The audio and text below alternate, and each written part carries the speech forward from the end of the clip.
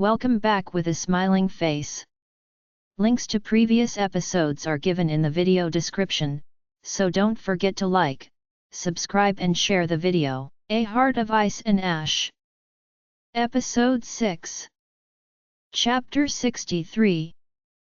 Winter POV. I've heard rumors and gossip going around the pack house that Kai ended up torturing Candace for what she'd done to me. I don't know how to feel about it. On one hand, she had tried to attack me, but on the other hand, she had also been Kai's girlfriend. Wouldn't it have hurt him to have done something so cruel and mean to her, even if she claimed to have never loved her? She deserves it, Winter. No one can attack an alpha's mate and expect to get away from the consequences. Not even an ex-girlfriend. He's showing the pack there are consequences in touching you. It's to be expected, and she knew it as well. I know, but sometimes I feel detached from Kai, or maybe really detached. I know we're still trying this mates thing, but it feels so awkward and stiff. I know almost nothing about him. Part of me really wants to get to know him some more. We could seduce him. That's not what I meant by getting to know him, Sabriel. But you would be getting to know a part of him, hint, hint. You have absolutely no shame, do you? None whatsoever, and that's the way I like it.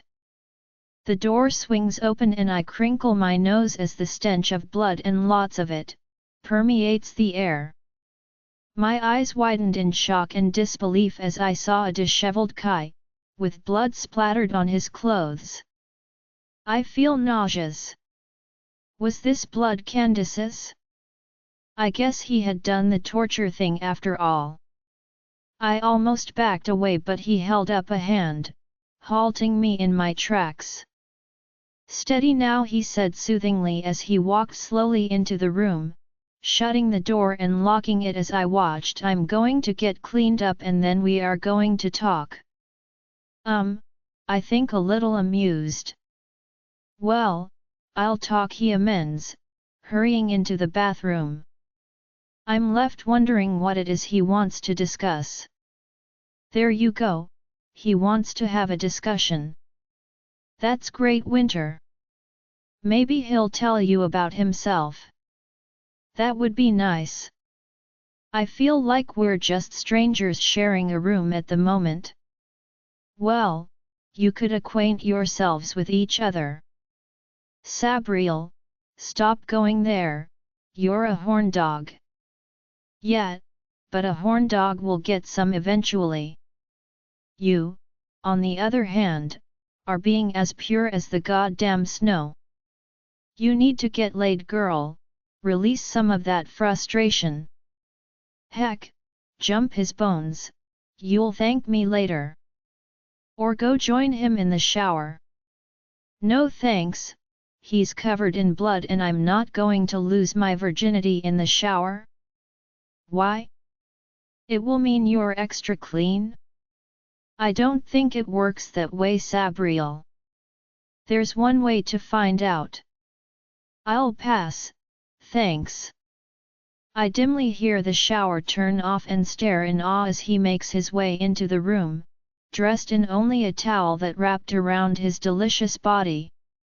My mouth drools as I stare at him, unable to look away from his muscled chest and arms, my heart thumping wildly while Sabriel begins to prance around in my head, like an excited puppy. For once, I was too shocked to scold her. His eyes glint with amusement as he looks at me and moves his head. Like what you see, he says huskily as my jaw drops open and I feel myself becoming flushed. Yes, oh God yes, I wanted to scream out but instead forced myself to look down at the ground and blushed, highly embarrassed by my reaction to his body. He gives a chuckle and I hear him rifling through the drawers for clothes, which makes Sabriel extremely sad. Now she's pouting, like it's my fault he's putting clothes on. You can look now, he says gruffly, and I look up, seeing him come towards me, a smile on his lips. He kisses me, the sensation so pleasurable my lips tingle where we touch, his tongue caressing me until I open to him, his tongue delving in and beginning to plunder me as I gasp, my body beginning to quiver. Reluctantly, he pulls back and I blink, coming back down to earth with a disappointed thud.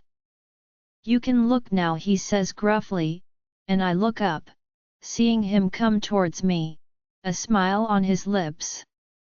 He kisses me, the sensation so pleasurable my lips tingle where we touch, his tongue caressing me until I open to him, his tongue delving in and beginning to plunder me as I gasp, my body beginning to quiver. Reluctantly, he pulls back and I blink, coming back down to earth with a disappointed thud. We need to talk, he says and gently tugs me to sit on the bed, while he fetches pen and paper for me. It occurred to me, that neither of us know each other's stories, he said, and I think you deserve to know why I initially didn't want a mate, even if I've changed my mind now. I gave a small nod and waited for him to continue. He looks off towards the window, deep in thought. Finally, after a few excruciating moments of waiting, he begins to talk, quietly at first, while I listen intently and hear his story that makes tears well up in my eyes. I've had these scars since I was little, due to a rogue attacking me as a child. It never really bothered me too much, I was young and foolish enough to think everyone would treat me the same way they had before I got them. But it didn't end up turning out to be the case. My heart hurts to think he might have been treated differently due to a few scars. How could children be so cruel? So evil? I found my mate, my first one at least, he continues as I feel a small spurt of jealousy within my chest not longer after I shifted into my wolf. She was a quiet, studious girl, one that I went to school with, and she had the most delicious scent I've ever smelled, well, at least until now, he adds, glancing at me as I blushed. She was sitting under a tree, reading a book as I came up to her. I was so full of myself, so high and mighty, it never occurred to me that I might be rejected. Not when I was in line to become the next alpha. He exhales and shoots me a wry glance. So it came as a complete shock to find out that she was more than willing to reject me.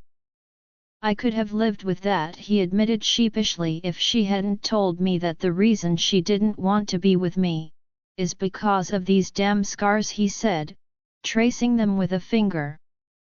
I want to reach out and stop him, but I don't dare. I felt nothing but pain for him. The scars weren't hideous and it wasn't a reason to reject your mate. It must have been devastating for him.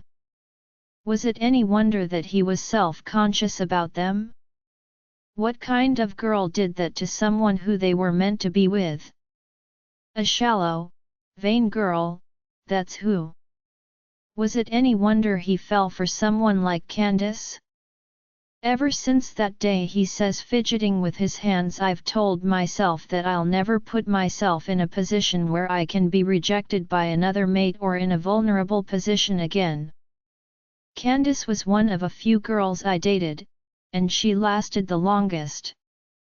Most women look at me and see my scars, instead of the real me. I know now that Candace was only wanting to be Luna, but I convinced myself that no one would ever love me for myself. You can look now, he says gruffly, and I look up, seeing him come towards me, a smile on his lips.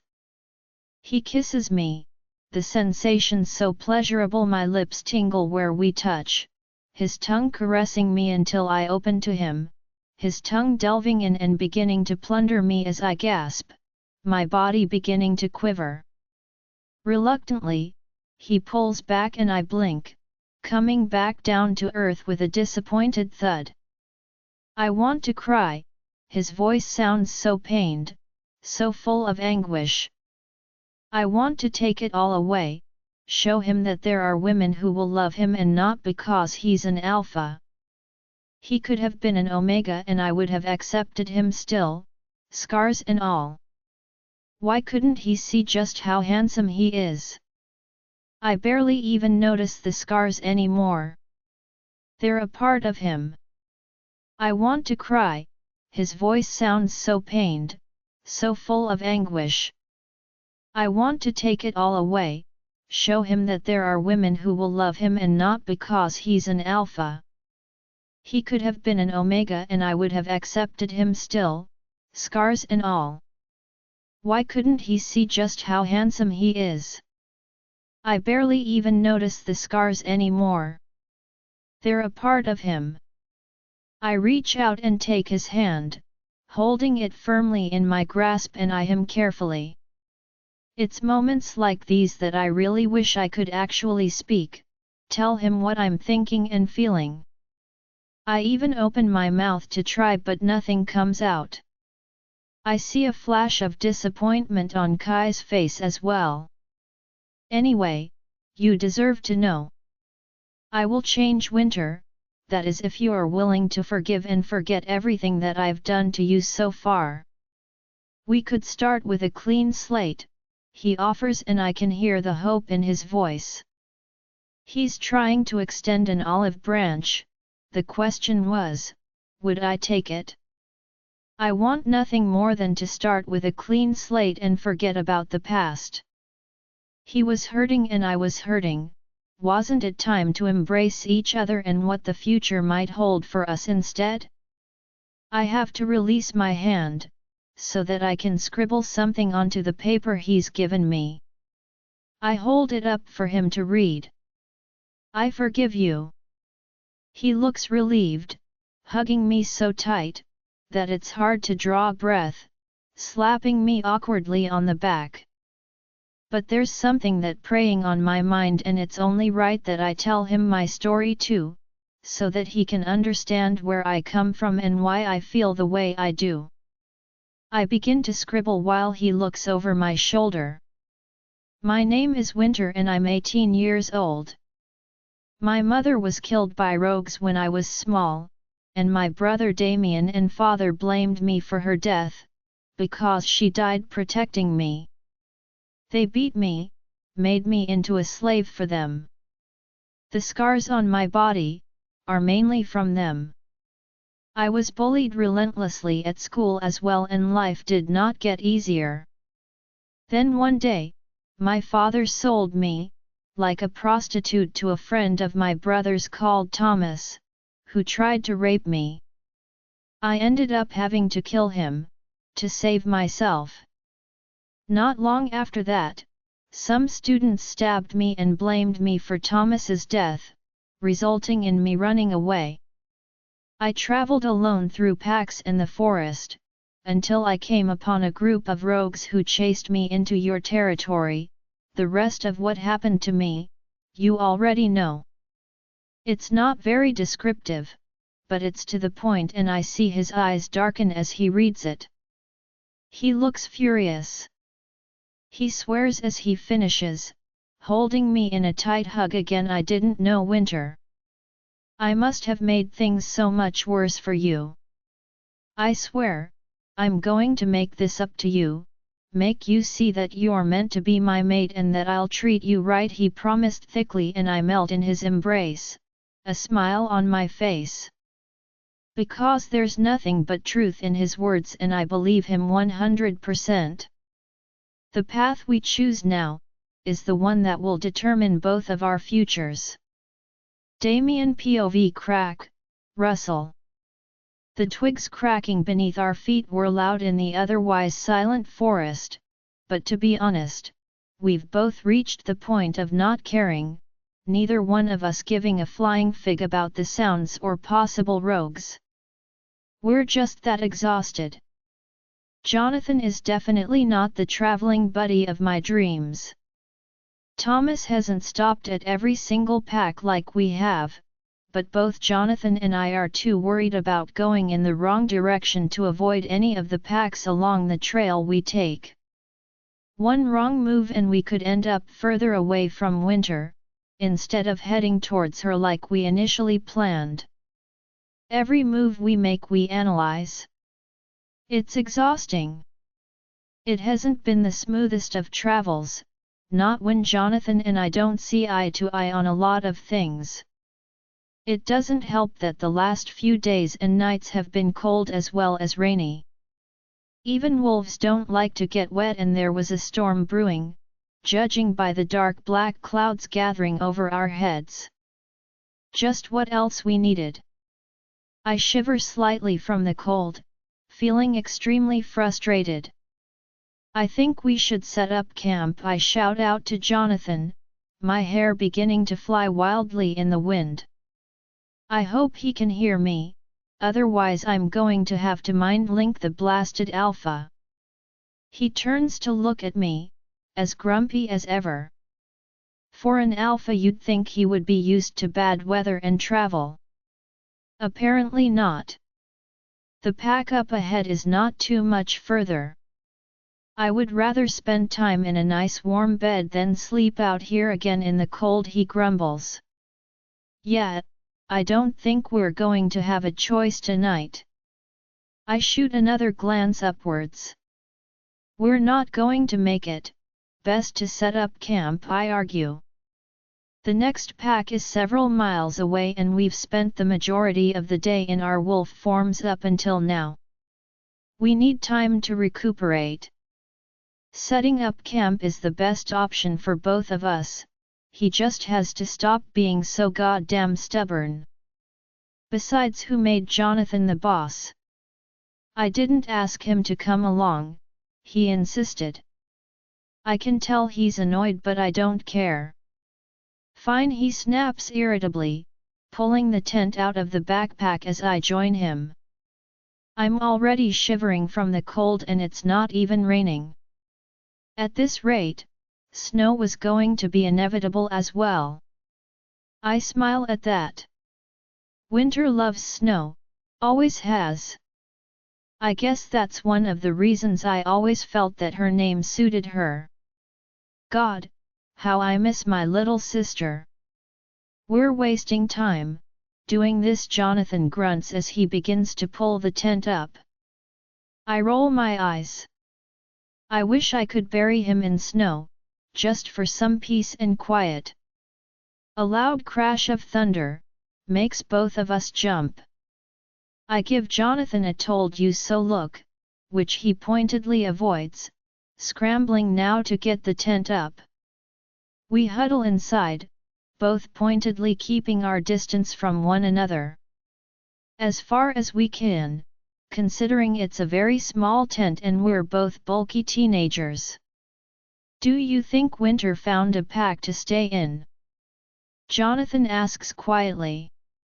I stop to think for a moment. I wish she has. I want nothing more than to find her and find out she's finally happy. She's already been through so much. If anyone deserves to find true happiness, it's her. I hope so, I mutter as he falls silent. Maybe I shouldn't have rejected her, he murmurs, presumable speaking to himself. She wouldn't have run off then. I could have at least given her a chance, he says regretfully. I'm staring at him in disbelief. Did he really think that this was all because of his stupid rejection? That might be one piece of the puzzle, but I'm betting the bullying and the beatings had something to do with it as well. He really needs to get over himself. Besides, what is he going to do when we find Winter? I can't exactly see her welcoming him with open arms. Actually, I don't even think she'll greet me with open arms. I wouldn't blame her though. Jonathan is an idiot. A big one. She would have left anyway, I say finally, and he sighs, looking despondent and rather pathetic if I'm being honest. She was bullied at school and was beaten at home. I'm amazed it's taken this long for her to run away from home and never look back. If it was me, I would have left a long time ago. But she's always been the stubborn type. My voice cracks and I glance away from him. The wind picks up outside and I shiver, the tent not quite keeping all of the warmth inside or the wind from seeping in. Then the heavens opened and the rain began to pour down.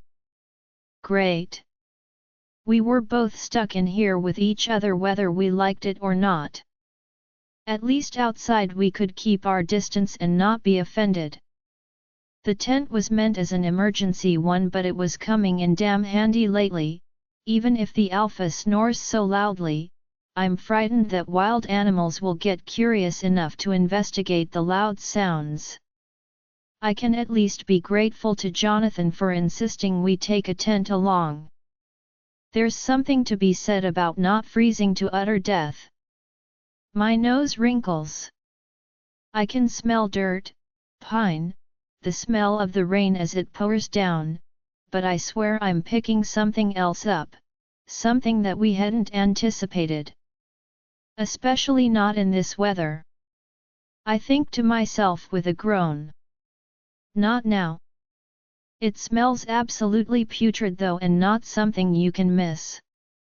Can you smell that? I ask Jonathan and he nods, grimly peeking out of the tent and scanning the woods. They might just be going through, he mutters to me. At any rate they are still a fair distance away.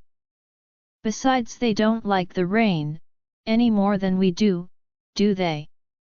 Not exactly the right words to make me calm down. I'm trying to think positively, at least from the smell, there appears to be only one of them and there's two of us. That made the odds better on our side, especially with a ferocious alpha. Heck, Jonathan could probably take them down on his own and never even break a sweat. That's what I'm telling myself anyway. The smell is getting stronger, I tell Jonathan nervously, and he nods, his expression looking grim. Reluctantly, due to the rain and the cold wind, we're forced to step outside. If we shift in the tent we'll only rip it to pieces, and we very much wanted the tent to stay intact. The smell of blood and rotten meat met my nostrils and I cringed. It was definitely coming closer. Was it looking for a fight? Because we'd give him one. But it was sheer stupidity on his part to approach an alpha.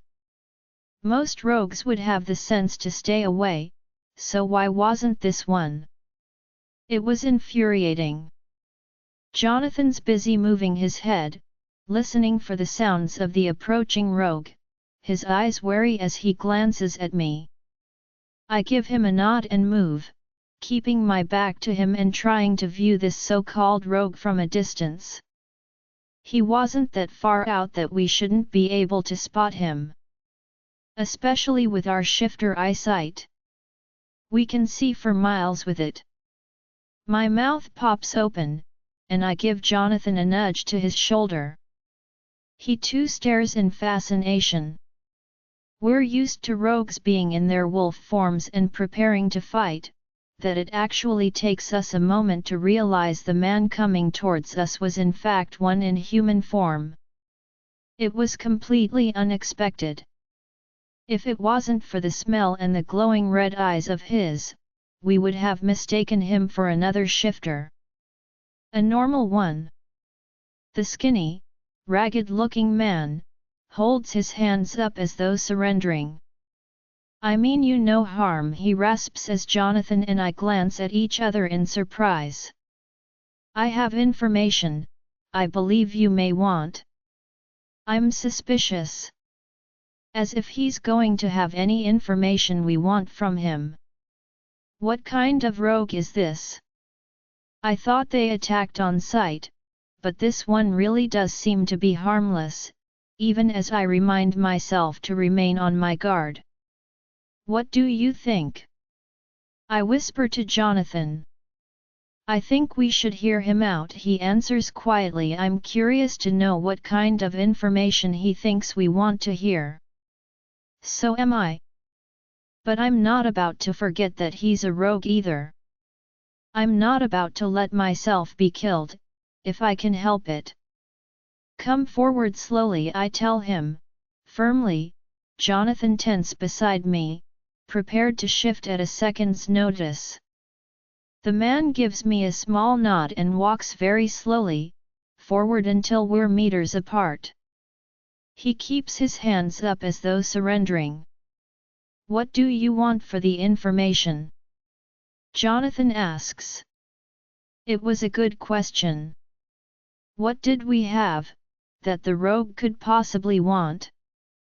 Well, besides our blood, I think, a little maliciously. The rogue licks his lips. Spare food and water, he croaks, and Yohathon grabs a water bottle and some food from our backpack and returns, throwing it to the rogue, who eagerly catches it in both hands. He drinks thirstily, and I realize, due to his malnourished and skinny frame, that he clearly hasn't been able to have a decent meal or satiate his thirst in a good long time. I actually find myself feeling sorry for this dude. How unreal is that? I'm feeling sorry for a rogue. What's the information, I ask, and he pauses, wipes the water dripping down his chin with one hand, even as we're still getting rained down upon. Must be a habit. Or a reflex. I heard you're looking for a girl, one who's been traveling alone, he says gruffly, and my heart skips a beat. Could he possibly be talking about my sister Winter? I try not to get too excited. He could be lying after all, trying to get us to let down our guard. We might be, Jonathan says cautiously. Why would you tell us? He sounds curious rather than angry. The rogue hesitates, looks a little shamefaced. If she's the one I'm thinking you're looking for. She saved my life. I attacked her, desperate for food, and she came out better off. Instead of finishing me off, she wrapped my wounds in bandages and left me some food to replenish my strength. She could have killed me, hell, if I'd been in her position, I would have, but she chose to help me instead. She did me a kindness and I'd like to pay it back. That sounds very interesting. Winter of course would have her wolf long by now. But it's curious she didn't kill the rogue.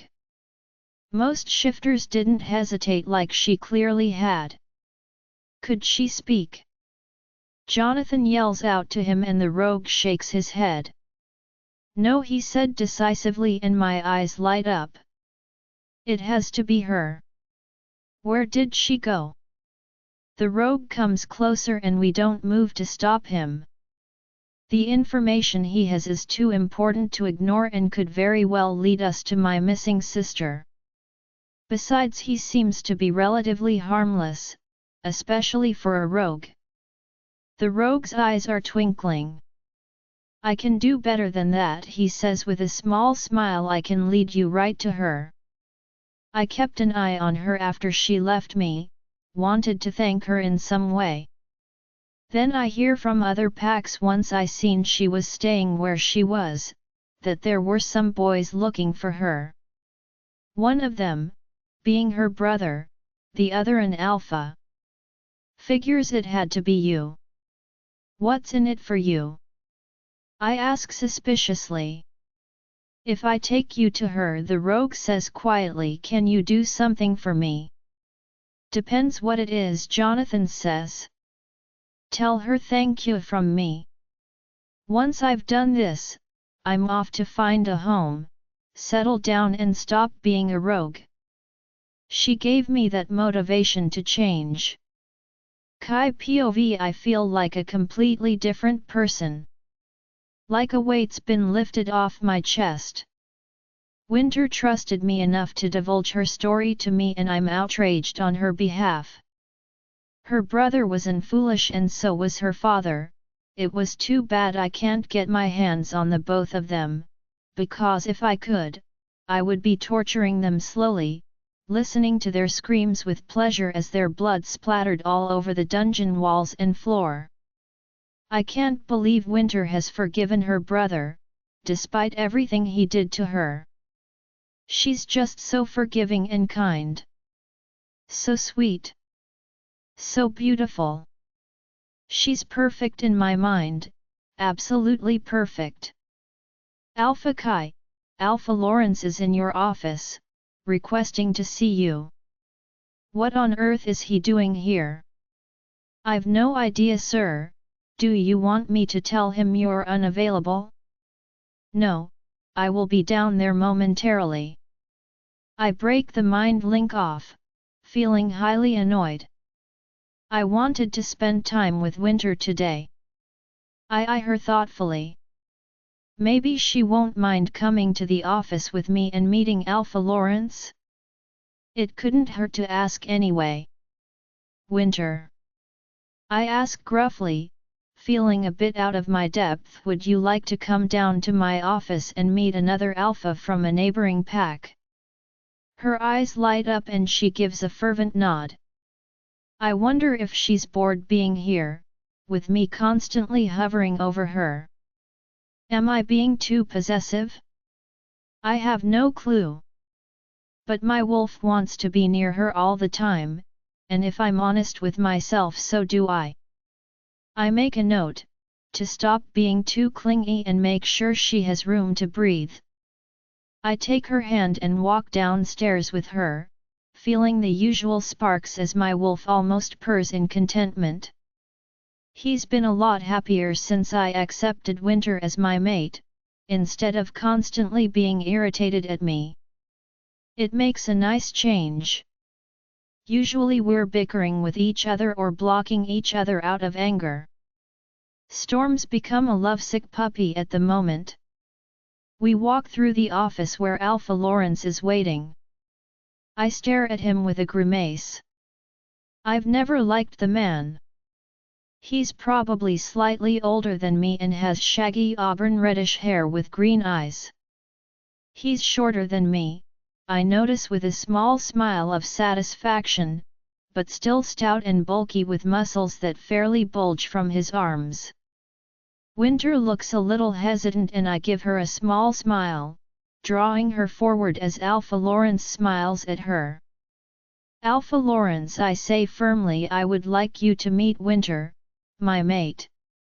He looks absolutely shocked for a moment, but then recovers and smiles brightly as he gently takes Winter's hand and gives it a kiss. My wolf and I glare daggers at him, both of us feeling the urge to rip the man to shreds right then and there. Winter gives a shy smile.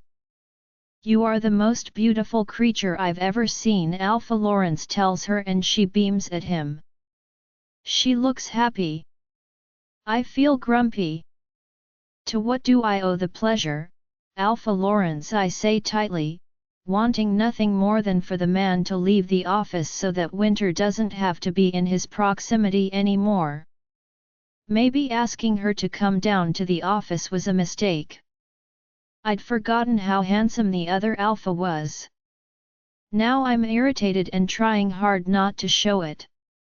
I motion for Winter to sit down, Alpha Lawrence sitting in the chair beside her, while I sit across from them. Are you comfortable, my dear? Lawrence asks her and she nods and bites her lip, shooting me a helpless look as I scour at the other man. Winter is mute. I tell him she cannot speak but she can write down anything you want to know. I hand Winter pen and paper, which she accepts looking grateful. My apologies, sweetheart, Lawrence tells her, sounding remorseful. I glower at him. Nobody gets to call my mate sweetheart but me. FK this, let's just rip him and be done with it. Storm, we can't do that to another alpha, no matter how much I'm tempted. He's hitting on our mate, right in front of us. I think he's trying to be polite. I don't. If he keeps looking at her like that, I'm going to rip his head off. Calm down, Storm, let's just see what he wants first. I think it's fairly obvious what he wants, Kai. Can't you see him making eyes at her? We just can't attack another alpha because we're jealous, Storm. Who made that stupid rule? I have some news that you might find interesting. There are several people that are traveling throughout the various packs and territories. 2 in particular were of interest, and now I know why. They are looking for Winter apparently. One of them claims to be her brother. I didn't know who Winter was. I was informed of this by another pack further away, in case they posed a threat to the woman. It's pure luck that I came here first. I wanted to make a personal visit to a friend of mine in the next pack over and stopped here first. Now I'm glad I did.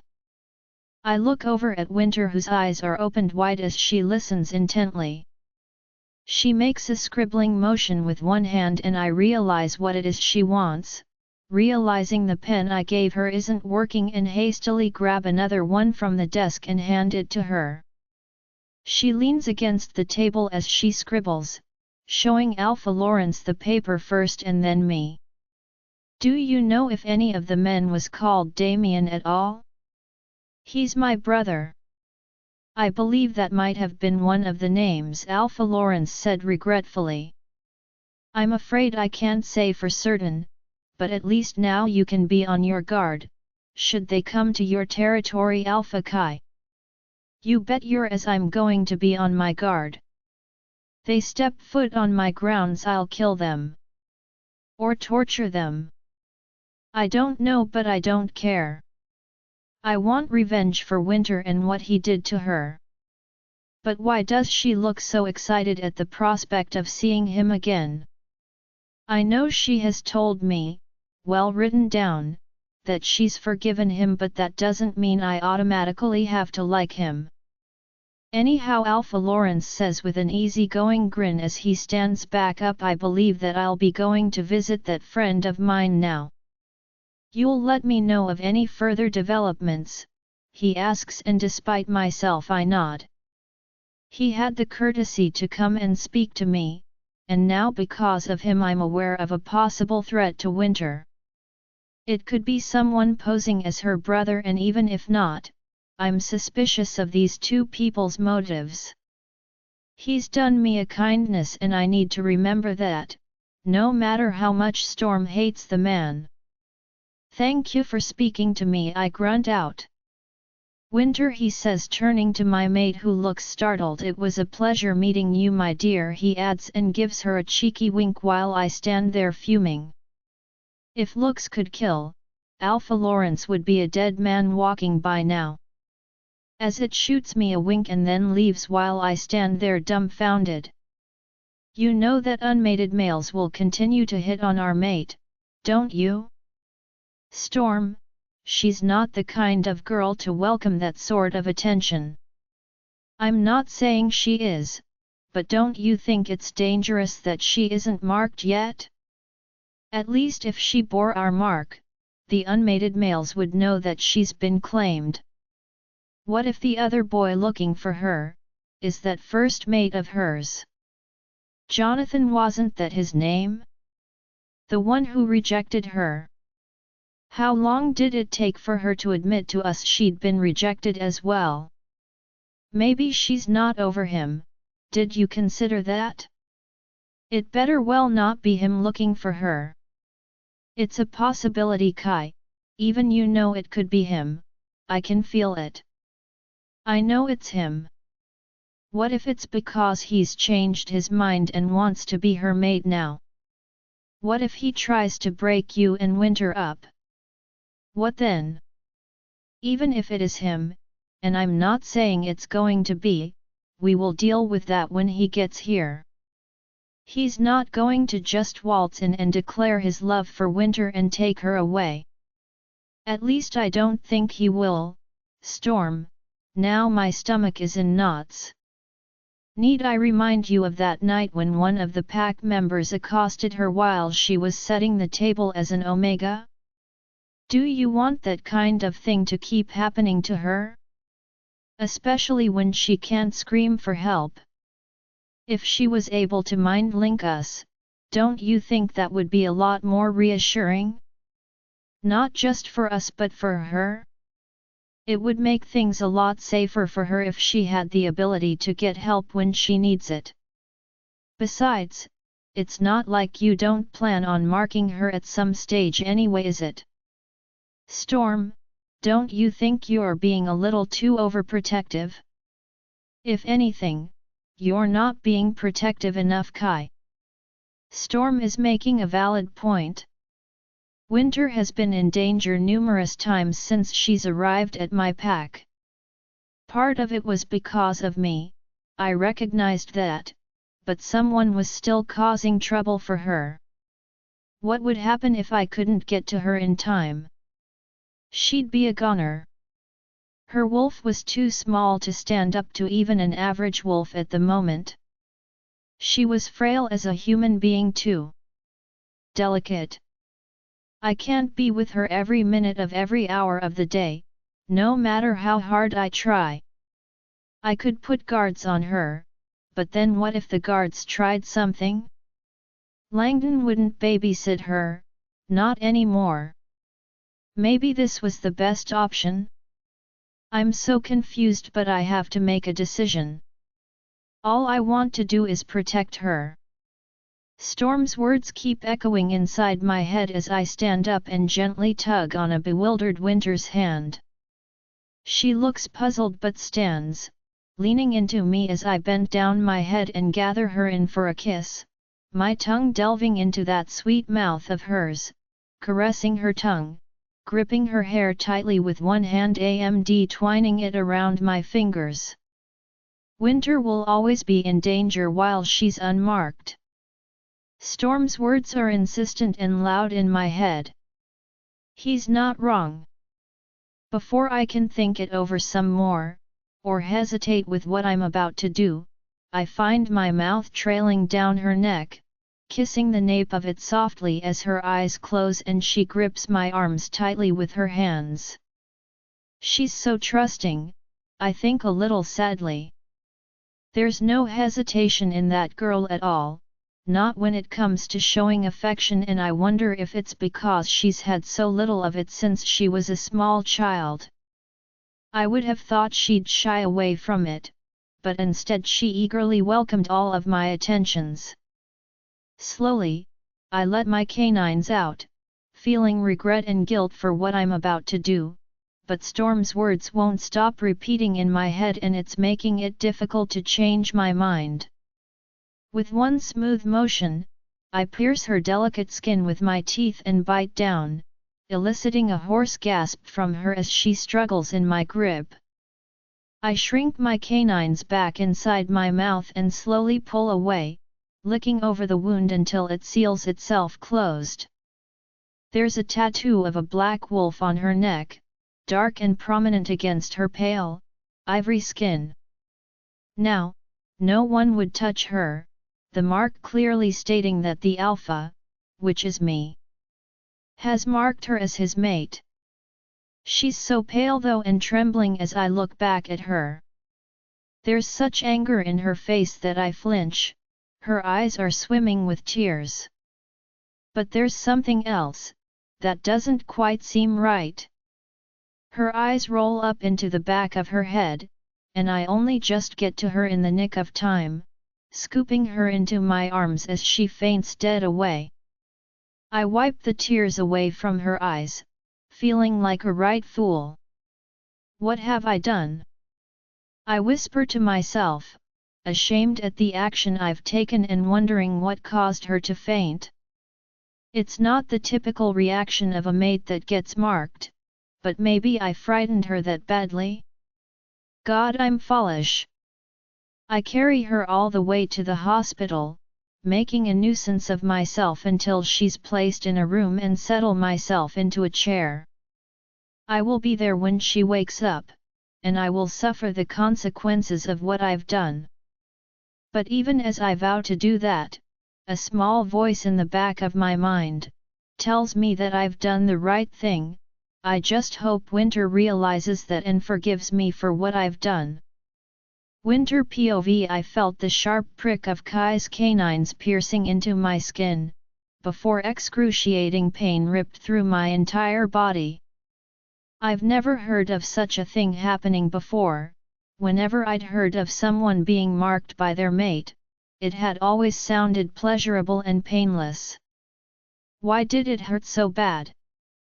The pain is so bad, that I feel my body beginning to stiffen, and before I know it, I'm collapsing towards the ground, and then there's only darkness surrounding me. What has he done to me? I don't know where I am, only that I feel like I'm wrapped in a cocoon as time slowly passes by, like I'm awake but asleep at the same time, and it's surreal, like an out-of-body experience. It gives me time to think. I don't know how to feel about the marking. It came out of nowhere. I hadn't been expecting it at all, and I don't know what suddenly possessed Kai to do it all of a sudden. It made me angry but confused at the same time. Isn't this what I wanted? To be fully claimed by my mate and marked? A small voice in my head pipes up. You wanted it to be special, didn't you, Winter? Yes, I did, and he'd taken that from me. You wanted to do it back to him at the same time, mark each other when you were more in tune to each other's needs and wants. That was true. But was there any sense in staying angry about it? It couldn't make Kai take it back, could it? My throat feels like it's on fire, heat spreading all around it, as I lay wherever I am, my hands gripping my throat in a futile attempt at getting whatever is happening to stop. Instead, it gets worse. Then just as quickly it's gone, and I hear voices above my head. Is she going to be all right? That was Kai's voice. She should be.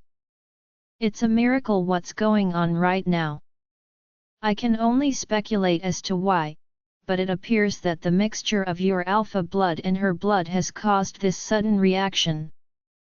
Caused what? I wonder rather stupidly. What reaction? Tell me. She's going to be so surprised. Kai's voice again, this time with a tinge of excitement. How dare he sound so damn nonchalant after what he did to me? I think she's coming out of it. Dr. James' voice is distant, like he's far away, and I struggle, my eyes suddenly shooting open of their own accord, blinking against the sudden harsh white light coming from the hospital ceilings. Winter, Dr. James says to me jovially as I frown up at him. Why was I in the hospital again, for heaven's sake? How are you feeling? He asks, and I glance over at Kai, whose face looks absolutely devastated, realizing with a gasp that he's holding my hand tightly, as though he never wants to let go. I might be angry, but not enough for him to look so damn miserable. Although, a tiny part of me takes pleasure in his guilt. Maybe I should let him stew for a while after all. Sore, I rasp out, and the room goes still. I stiffen in shock. Had I just spoken that word out loud, or was this all in my head? My throat is sore and my voice is hoarse as I try again. Sore, I repeat, and then look at the doctor confused. Why am I now suddenly able to talk? Especially when the other doctor, before I came here, had seemed certain that my vocal cords were damaged beyond repair. Winter POV. I felt the sharp prick of Kai's canines piercing into my skin, before excruciating pain ripped through my entire body. I've never heard of such a thing happening before. Whenever I'd heard of someone being marked by their mote, it had always sounded pleo surreal and pointless. Why did it hurt so bad? The point is so bad, thought I feel my body beginning to stiffen and before I know it, I'm collapsing towards the ground and then there's only darkness surrounding me. What has he done to me? I don't know where I am, only thought I feel like I'm wrapped in o cocoon os time slowly passes by, like I'm ouk but asleep ot the sometime and it's surreal, like an out-of-body experience. It gives me time to think. I don't know how to feel about the morking. It come out of nowhere.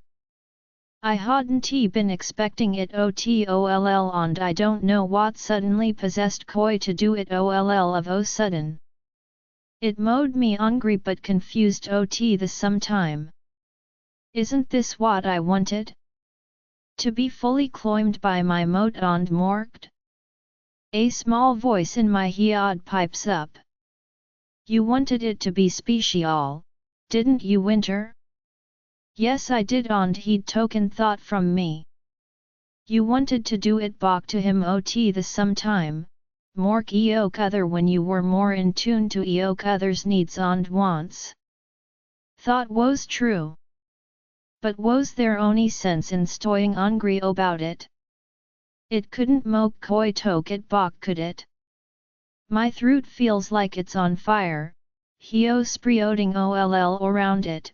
Osi loy wherever I am, my hands gripping my throat in o futile attempt ot getting whatever is happening to stop. Instead it gets worse. Then just os quickly it's gone and I hear voices above my head. Is she going to be alright? Thought was Koi's voice. She should be. It's a miracle what's going on right now. I can only speculate as to why, but it appears thought the mixture of your alpha blood and her blood has caused this sudden reaction. Caused what? I wonder rather stupidly. What reaction? Domnat, tell me. She's going to be so surprised, Koi's voice agoin, this time with a tinge of excitement. How dory he sounds so nonchalant after what he did to me. Boss stored. I think she's coming out of it. Dr. Jom's voice is distant, like he's for Owa and I struggle, my eyes suddenly shooting open of their own accord, blinking against the sudden harsh white light coming from the hospital ceilings. Winter Dr. Jom's soys to me jovially os I frown up ot him. Why was I in the hospital agoin for Heoven's soak? How are you feeling? He asks and I glanche over ot Koi, whose face looks absolutely devastated, realizing with o gasp thought he's holding my hand tightly, os though he never wants to let go. I might be angry, but not enough for him to look so miserable. Although, o tiny port of me tokes pleosur in his guilt. Moip I should let him stew for a while after oll. Sore iro spout on the room goes still. I stiffen in shock. Had I just spoken thought word out loud, or was this oll in my head? My throat is sore and my voice is hoarse os I try agoin. Sore I repio on then look ot the doctor confused. Why am I now suddenly able to talk?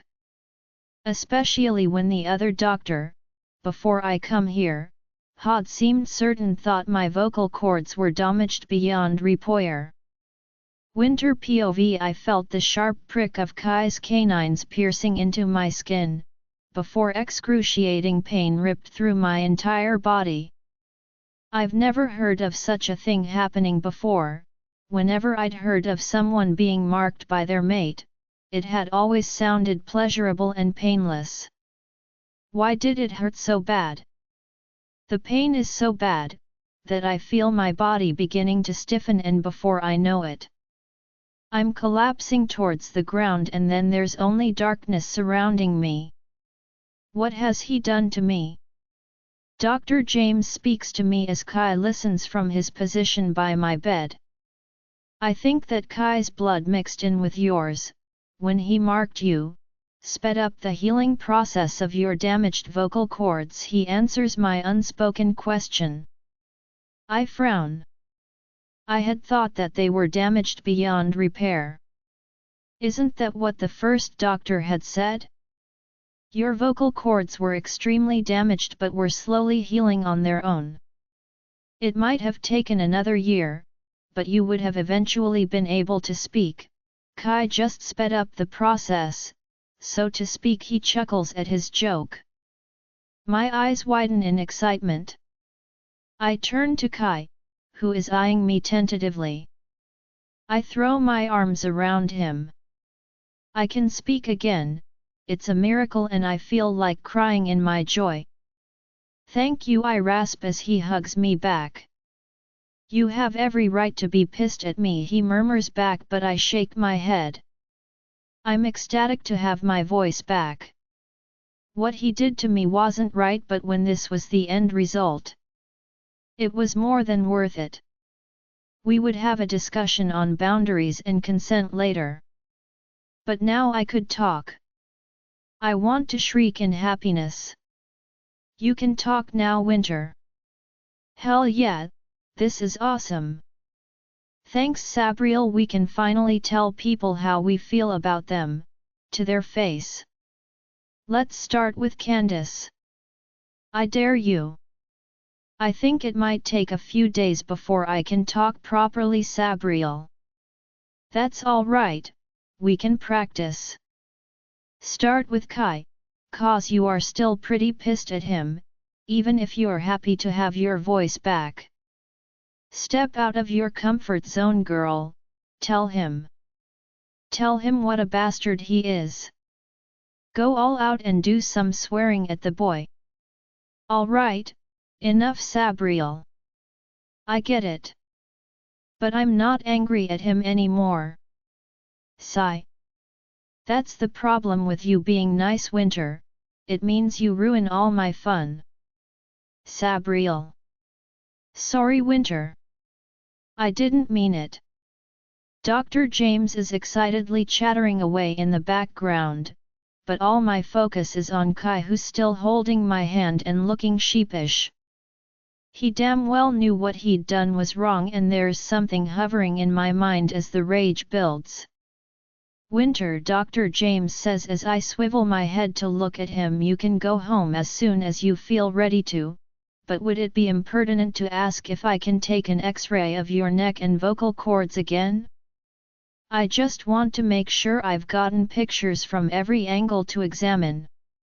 That's fine, I rasp painfully, and Dr. James scurries out of the room, presumably to set that up.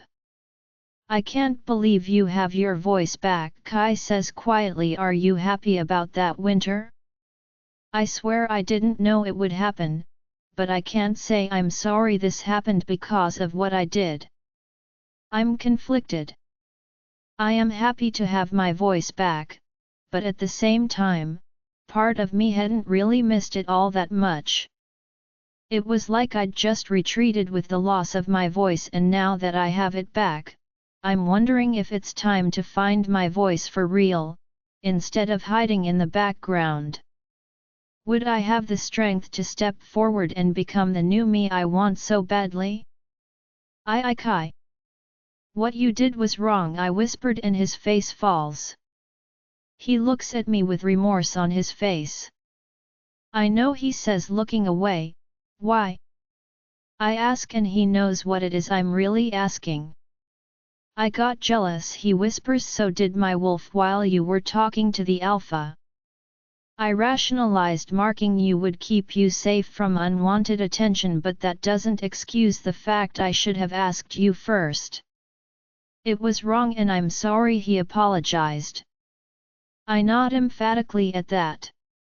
Consent was important. Right now though, I'm annoyed at him. He could have just told me how he was feeling instead of going to such extreme lengths. I would have listened and tried to reassure him. I hadn't been interested in the other alpha one bit, I only had eyes for Kai. Stupid foolish man, letting his feelings get the better of him. Although part of me is thrilled that he got jealous. I tug on his hand gently. Come closer, I whisper, my throat feeling like it's closing up every time I utter a single word. Still, this was important to me. I was determined to do this. He moves so close that he's inches away from my face, his eyes staring into mine as I give a small smile. What's good for the goose is good for the gander, I decide triumphantly, but I wouldn't go about it like he did. No, I would at least give him the courtesy of being able to refuse. Unlike what he'd done to me. Slowly I let my canines inch out of my mouth, until he can see them, nice and pointy. For a minute, he looks extremely confused and then his eyes light up with realization. You want to mark me? He asks uncertainly and I give a very firm nod, my eyes never leaving his. Are you sure? He asks. You could still try and reject me. If you mark me, it will be a lot harder to do so. I'm beginning to feel impatient now. I know what I want. I don't need other people making decisions for me. I've had enough of that. This was my choice. He doesn't need to keep me from making a mistake. Mistakes are made so we can learn from them. Yes, I say as firmly as I can with the hoarseness of my voice. He hesitates and I think he's going to refuse, but then to my surprise, he submits, showing his neck to me as I lick my lips. It would be an absolute honor for you to mark me, he whispers with a crack in his voice. I bend my head down to his, licking along the nape of his neck as he shudders, aiming my teeth at the perfect spot and slowly, gingerly, lowering them down until they pierce his skin. I go deeper, wanting the mark to remain, not wanting to have to redo it. He stays completely silent as I slowly retract the canines and lick the spot I've pierced him, sealing the wound closed. An image of a wolf, a tattoo, the same as the one I now have, appears instead and he traces the mark with his hand, his head shooting up as he stares at me with awe and something that looks remarkably like pride. Now he's mine. I've claimed him, the same as he claimed me, and no one has the right to try and take him. That Candace is fresh out of luck. He's mine now. I point to his chest. Mine, I growl, and he does the same, pointing his finger into my chest and gazing into my eyes. Mine, he says back, and my heart skips a beat. Now both of us are bonded together, forever. Winter POV. I'm not going to lie, I'm in complete shock over what's happened, and being able to finally talk is a miracle in itself. According to Dr. James, I would have healed eventually, but Kai choosing to mark me sped up the process. I got angry, I'll admit, but it's all worked out in the end. Besides, now I can tell Kai how I really feel, and I claimed him, the same way he claimed me. No more trying to protect me out of jealousy, no more just taking things lying down. Now I can really begin to stand up for myself. There's going to be a new winter, I decide. No more trying to please everyone else, or keeping quiet about what I want. That old winter is gone. I'm going to be changing things up for the better.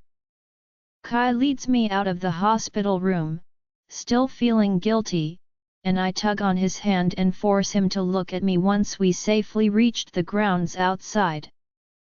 I can't deal with him looking like that. It's frustrating me. Kai, I rasp out. Stop, look at me. God, please look at me for heaven's sake. He does, but he avoids my eyes and it's irritating out of me. Is he going to wallow in his guilt forever? He needs to get over it. I've already forgiven him. Even if he doesn't really deserve it. I forgive you, I say hoarsely, and he sighs, looking at me and running a hand through his hair. He looks frustrated with me. Has it ever occurred to you that sometimes you're a little too forgiving? A little too kind, he complains. Wouldn't it be much better to torture me for a little by hating me and, well, yelling at me when you're able to? He finishes dramatically.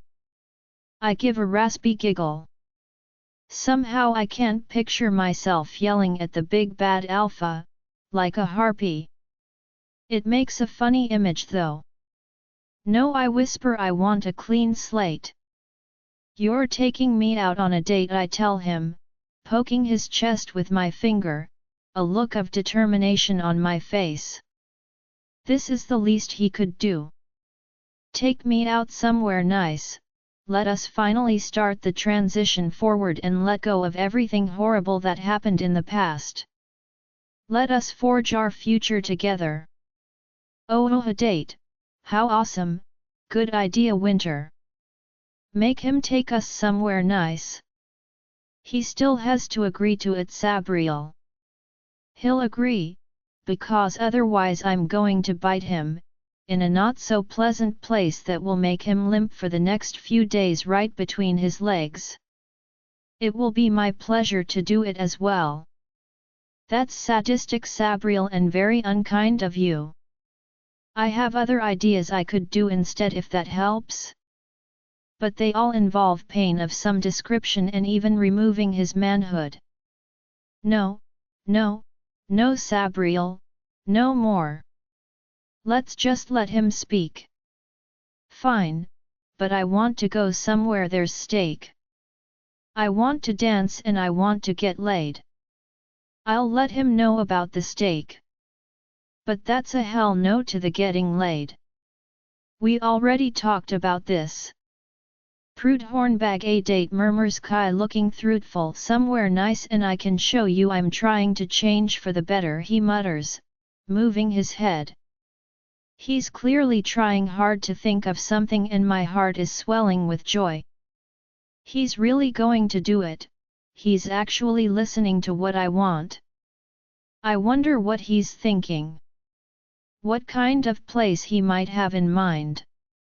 Whether it will be a relaxed atmosphere or something else. So many choices. Whatever he does, will give me some more insight into what kind of person he is as well. I have a great idea, he says, but you're going to need time to be ready, and he takes a deep breath. I want a few days to prepare. That way your voice might improve to the point we can have full-on conversations without you struggling or without it hurting you to speak. I contemplate that. It sounds fair, doesn't it? A few days is nothing, I decide, besides now I'm intrigued as to what he is planning on. It gives me something to look forward to. Maybe I can guess where he's taking me? Ooh, it's all so fun. I want to squeal but don't. It might hurt my voice. Agreed, I rasp out, and he looks pleased, not to mention excited at the prospect of the date. Is this something he'd been wanting as well? Men were such obtuse creatures. He could have asked me before, for heaven's sake. Fantastic, he says with a wicked grin and a wink. I giggle again and let him start tugging me towards the pack house. It's a beautiful day and I breathe in the fresh air with a smile. There are big fluffy white clouds overhead and a gentle breeze that makes the leaves on the trees and the branches sway back and forth. The sky is so blue, so bright, it lifts my spirits up instantly. The sun is warm as it shines down on me and I can hear the sounds of birds chirping in the distance. It's perfect. I almost want to skip with how happy I'm feeling. My heart is singing in joy. I close my eyes and let the breeze flow through my hair. Kai looks surprised at my happiness even though he's the one to put it there. Instead I let go of Kai's hand and he stares at me perplexed. I give him a grin of my own and without ceremony, begin to strip off my clothes nonchalantly. I've been wanting to do this for a long time, it's been far too long since I last went on a run with Sabriel, and today is a good day for it. The weather is beckoning for me to go running. We're going for a run, Sabriel. Oh my god, yes girl. I need to be free, to race through the trees, feel the wind in my glorious fur. Chase down wild animals and scare the crap out of them. I wonder if Kai will join us? He'd be crazy not to. I want to see that spunky wolf of his. He's beautiful and I want to nuzzle him and lick him all over. Way too much information, Sabriel, way too much. I won't tell you the rest of it then, prude. I'm not a prude, I just don't believe in oversharing. Yeah, you're a prude. You need some girlfriends to gossip with, even if it's just for my benefit.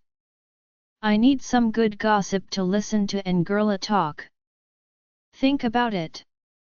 I'll try and make some friends for you then. For yourself too, no need to be such a loner winter.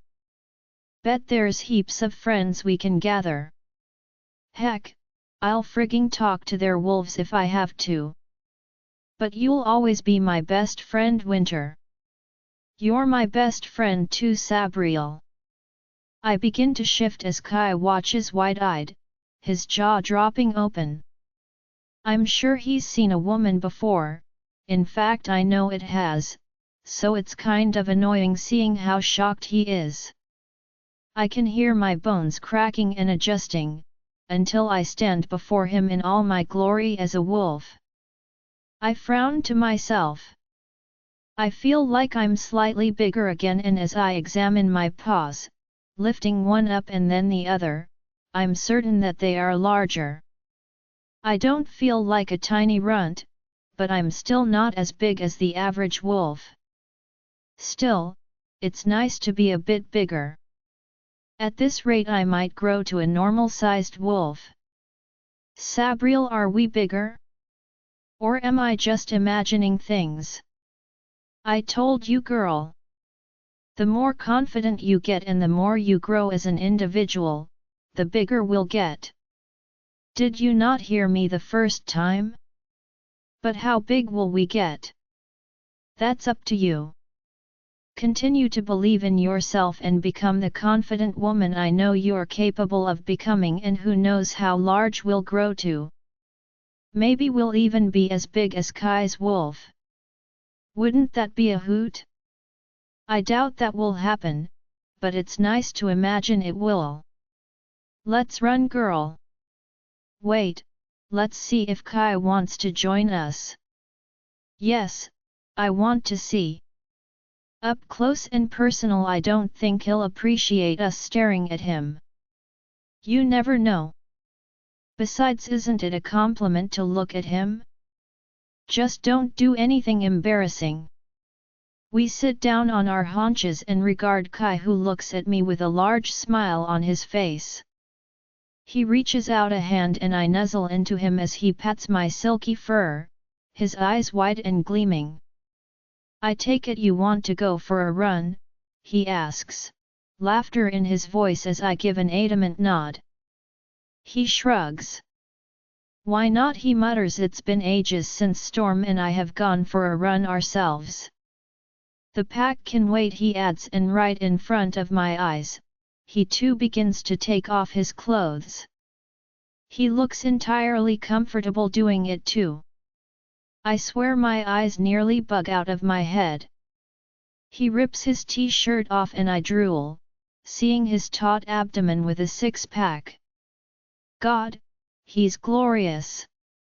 Sabriel steadily agrees, waving her tail in my head. Horny that she is. His pants are next and I pant as he throws them to the side. God, at this rate, I might have a heart attack, he's like a male Adonis. Male perfection in human form, there's no one that could compare to him. No one would even come close. Sabriel's fairly purring with satisfaction in my mind, openly ogling him like he's a piece of meat. She really has no shame, but then I'm not much better, I can't seem to force myself to look away and he doesn't seem to expect me to. It's like my eyes have a mind of their own. Maybe I'm becoming a bit of a hornbag myself. Or it's Sabriel's influence. When he starts to peel off his underwear though, I get a bit skittish and my heart starts thumping.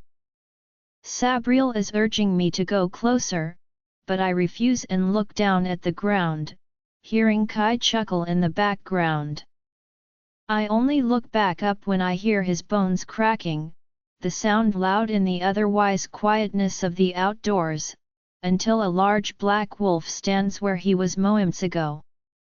He's beautiful. His fur is dark as night, his paws large on the ground. He easily towers over my wolf, but Sabriel's not intimidated, instead she's in awe at his largeness. His eyes are black but stand out against his fur and his claws are silver and gleaming in the sunlight. It's intimidating, to me at least, while Sabriel prances in the background of my mind, impatient to go for a run. We walk closer and nuzzle our head against his fur, Storm doing the same to us. God, his fur is so silky and smooth. Sabriel purrs. Kai mind links me lead the way, Winter, you choose where we go, hope you can keep up then? Oh, I'm sure I'll have no problems with that, sweetheart, but if it helps, Storm is loving the backside on you and more than happy to watch it as we run. God, sounds like he's just as much as a horny as Sabriel is. Kai POV when Winter strips in front of me, I'm taken aback at how nonchalant she is. There's no self-consciousness at all in her movements and Storm going absolutely crazy in my mind. I can't stop myself from staring at her, knowing I should look away but my body refuses to cooperate, my eyes widening. I can see the scars on her body and I so badly want to touch them, trace them with my fingers, but I don't want to frighten her or cause her to shy away from me either. Those scars are part of her, and if anything, they show just how brave she is. She shifts and I'm blown away again by her beautiful wolf as she sits on her haunches. I blink in disbelief as I stare. It might be my imagination, but I swear her wolf has grown by several inches. It looks bigger to me at any rate, but then I could be wrong. Clearly Winter wants to go for a run and I can tell she's waiting for me, her little tail wagging. It's adorable. Well, if she wants to go for a run with me, who am I to stop her? In fact, right now I can't think of anything better I would like to do. Storm is more than game to go for a run, he's practically dancing in my mind with excitement. Hell yes, it's been so long, man. Look how cute our mate is, she's tiny, like so small but so cute. I don't think you should tell her that though, Storm, she might take it the wrong way. Can I tell her she's beautiful? That nothing can compare to her beauty? Yes, I suppose you could. Women like that sort of thing, so I imagine a female wolf would love it too. Ah, sweet. You know you should take a leaf out of my book. Steady boy. You sound lovesick. That's 'cause I am Kai, that's 'cause I am. Storm, you have so much self-confidence, it's astounding. I begin to peel off my clothes and smirk, realizing she's not looking away from me either. I'm not self-conscious, in fact I take it as a compliment that she can't stop staring at me. I hope she likes what she sees. Storm is raring to go for a run with our mate and I'm hard-pressed to keep him from taking over as we shift to our large black wolf form, easily towering over poor Winter. She's not afraid though, coming over and nuzzling us to Storm's ecstasy. He's really pushing hard and reluctantly I mind-link Winter, for the first time, since I marked her. It's relatively easy to my surprise, there's no resistance at all from her, even though this is the first time we have mind-linked each other. Winter, Storm really wants to take over and run with your wolf if that's possible. I understand if you say no though. It's entirely your decision and how comfortable you are with it. That's okay, Sabriel really wants to run with Storm. I've had to warn her no funny business though, you might want to say the same to Storm. I'd rather not have X in wolf form, no matter how horny Sabriel is. That's not a joke by the way. Hear that Storm? No funny business or I take back control. Fine, but if she jumps me, I'm not saying no, he grumbles and I sigh. Storm is going to lose control if he so much as attempts to do the naughty without Winter's consent. I suspect the same goes for Sabriel. I give Storm control and Winter does the same with Sabriel. It's always a surreal feeling being in the back of my mind like a passenger in a car seat, but it's cool at the same time. Sabriel takes off at a run and Storm trots to keep up with her. Because Sabriel's still quite small, Storm doesn't have to fully run to stay in stride with her, but he doesn't care, he's fully enjoying himself. I watch as my big bad alpha wolf turns to putty in Sabriel's hands, nuzzling her constantly and licking her neck. Sigh, I'm almost embarrassed at my wolf's public display of affection. Not that Storm cares. He just smirks at me. They run together, through the trees which pass by in a blur. For fun they track down a nearby buck and scare it, rather than eating it. According to Sabriel, Storm tells me, Winter would rather not eat anything raw. I agree. I've never liked eating animals in wolf form, but when hunting and traveling it was a necessity and I understand that. Storm's a little disgruntled, he loves to eat animals but he respects Winter's wishes, knowing that she might take control otherwise of her wolf and he would lose his time with Sabriel. The hours pass by as they frolic together, play fighting and enjoying the outdoors, but even wolves get tired eventually, it must be said. Storm is sad to stop and so is Sabriel, but Winter and I are starving by now, as well as tired ourselves. We need food to replenish our strength and soon. Not to mention fluids.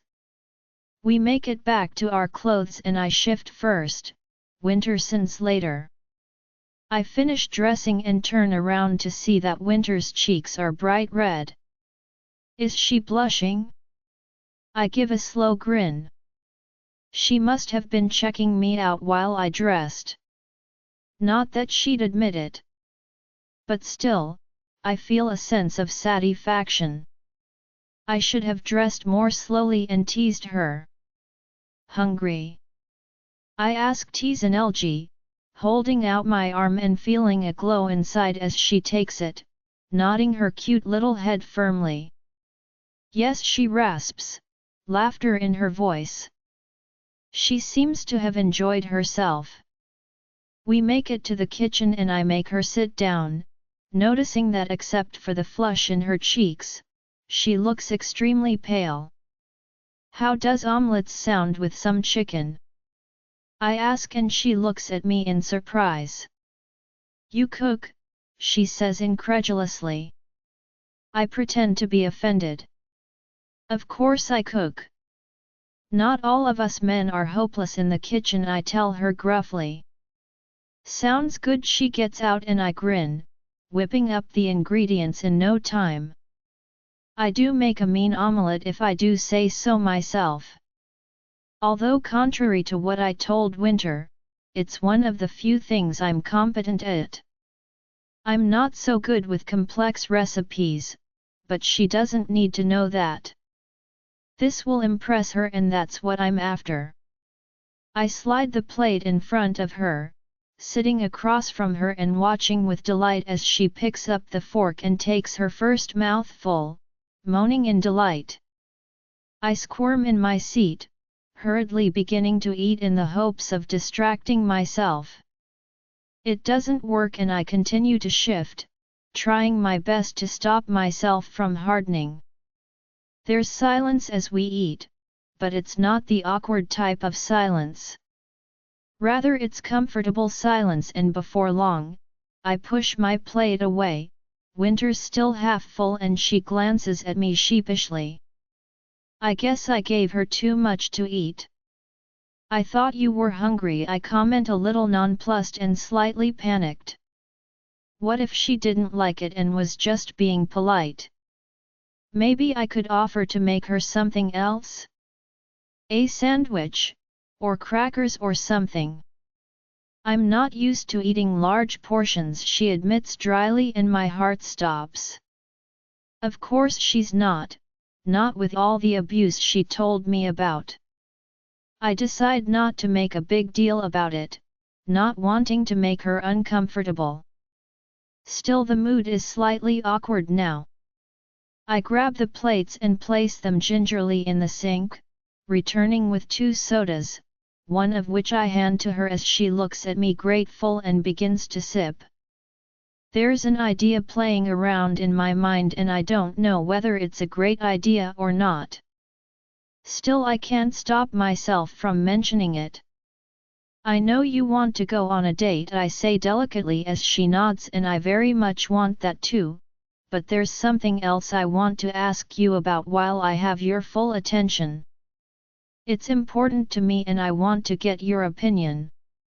She waits patiently, hands on the table as I ponder what to say. Stuff it, I'm just going to tell her. There's an annual meeting every year with us alphas.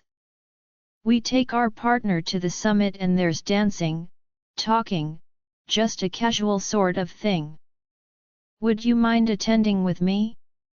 I can show you off to the other alphas, I say, feeling a bit hopeful that she might agree to it. She looks pensive, sipping at her soda, while I wait on tenterhooks. Is she going to agree, or have I moved way too fast for her liking? Finally she gives a wide smile. I would like that, she says hoarsely as I reach over and grip her hand, a smile on my face. When is it? She asks. I stop and think. It's actually not that far away. Hopefully that won't matter. I meet her eyes, feeling sheepish. It's in 2 weeks' time, I say slowly, which means we need to organize a dress for you before you go. Winter looks at me and shakes her head.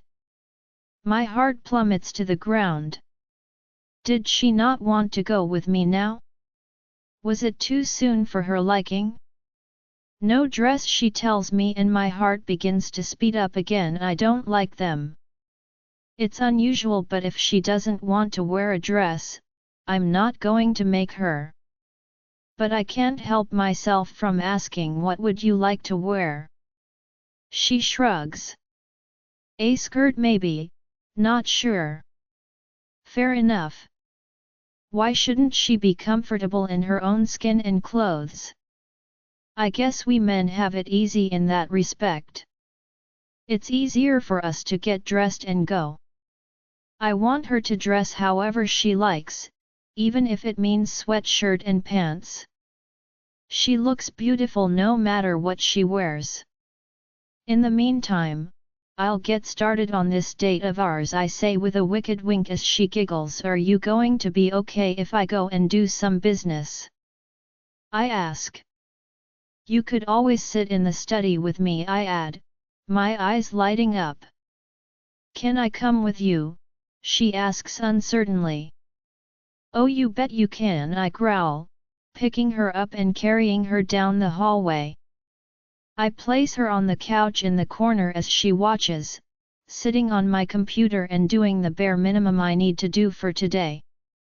I'm still contemplating date night, when I finally close the laptop and glance over at the couch.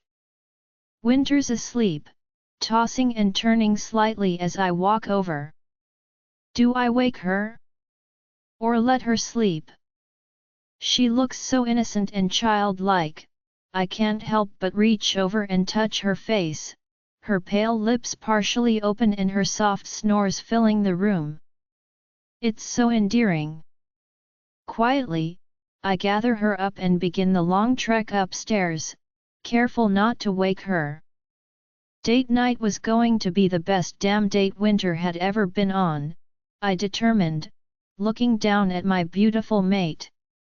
It was time I started making everything up to her and showed her just what a great mate I could be and show her my adoration at the same time. Make up for all the crappy things I've done to her. Winter POV Kai's been a little on edge the last 2 days and I'm wondering about that, but he's also been secretive and avoiding me, which I'm hoping is for a very good reason. I walk out of the bathroom, thoughts whirling around in my head and stop short. There, lying spread out on the bed, is an outfit, one that astonishes me as I walk over and pick up the skirt and shirt, a smile on my face. He had to have chosen this out himself and that pleases me more than anything. Is this for our date? Are we finally going on one? I've been waiting with anticipation for it. He's listened to me when it comes to dresses, then I think relieved. The skirt is gorgeous, a black leather one that flows out from the hips and stops just above the knees. There's a white plain camisole to go with it, but the jacket he's provided stops me in my tracks. It's leather, the same black as the skirt, but short, ending at my hips. It's one of the most beautiful jackets I've ever seen and I admire it greatly, holding it up against my body, even twirling around in front of the mirror. It's so beautiful, but more importantly I feel beautiful imagining myself in it. I can't wait to try these clothes on, I think odd. There's a piece of paper on the floor and I scoop it up, knowing it must be from Kai. It must be a message of some sort. It simply reads, "Date night tonight, get dressed and wait for me to come get you." Short but sweet, I think, eagerly getting dressed and admiring myself in the mirror. Since I've arrived at Kai's pack, I've gained some weight and filled out my curves. My skin has started to tan, a golden honey color that brings color to my face. As I stare at my reflection in the mirror, I see a pretty girl instead of the one I used to know. It's so astonishing how much I've changed, but it's been for the better. I'm growing as a person and becoming more like who I want to be, instead of the old Winter who was beaten and tortured. I never want to be the old Winter, ever again. You look smashing, Winter. My God, that man has good taste in clothes, hasn't he? Isn't it beautiful, Sabriel? I wonder what he has in mind for tonight? I wonder where we are going? Something tells me it's going to involve dancing, or at least I hope so. We can get our jiggy on, dance with him. Have loads of fun. You're weird, but I love you anyway, Sabriel. Love you too, Winter, but in a different way to Kai. I love him too. I think I might love him as well, Sabriel. I think I do. The door slowly creaks open and I whirl around, my eyes meeting Kai's as he steps into the bedroom, a smile on his handsome face, a bouquet of flowers in his hands. He holds them out to me as I gasp and I eagerly accept them, sniffing their fragrances while my heart thuds loudly in my chest. He's taken the trouble to bring me flowers. I'm already melting and we haven't even made it out of the bedroom yet. Sabriel is purring in my mind. She adores the flowers as well. Purple roses, one of my favorite flowers. How had he known? I think I only mentioned it the once and it was in passing. I can't help staring at Kai.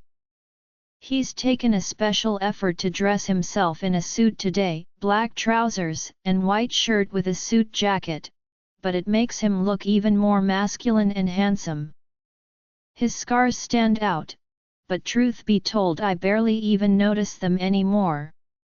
I hope he doesn't get self-conscious while we are out. I want him to feel comfortable and have a good time as well. God, he's so damn gorgeous and it's like he doesn't even know it. He gives me a smile. You look beautiful, he tells me huskily as I glow at the compliment. Thank you for the outfit and the flowers, I say quietly. My voice has slowly gotten better over the last few days and although it's still quite hoarse, I can speak a lot easier.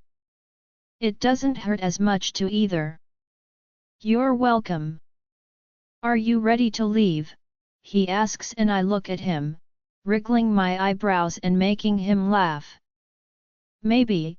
Do you want to tell me where we are going? I ask and he shakes his head slowly, a small smile on his face. It's a surprise, he says firmly, taking hold of my hand and I reluctantly place the flowers on the bed, on the way out of the bedroom. Hopefully they don't die while we are gone. He leads me down to the garage and opens the door to the nearby Mercedes, helping me inside like a true gentleman. I'm speechless. This is a side of Kai I've never seen before, but man do I really like it. He shuts the door and makes his way over to the driver's side, getting in smoothly and turning the engine on. Do you want some music? He asks and I nod, watching as he turns the stereo on before he begins to pull out. It's country music and I grin. Nothing beats a good old country song when it comes to a drive. I lean back against the chair and relax, enjoying the peaceful drive and the scenery as we go past. But soon enough, we're pulling into the city and I give Kai a questioning look. I'm not used to the nightlife but he takes hold of my hand and squeezes it. I know you just turned 18 a few months ago, he tells me quietly as I nod. Surprised he remembers and it occurred to me there's a lot of things you've not had the opportunity to do yet. So I thought we would go to a club I know, it's the best in the city, he boasts and I laugh, feeling incredibly nervous. I've never been clubbing but I know plenty of people in school had. It just seems to be so crowded. I feel a slight sense of panic. I don't know how to dance. What if I embarrass him? Or what if other women try to take him away from me?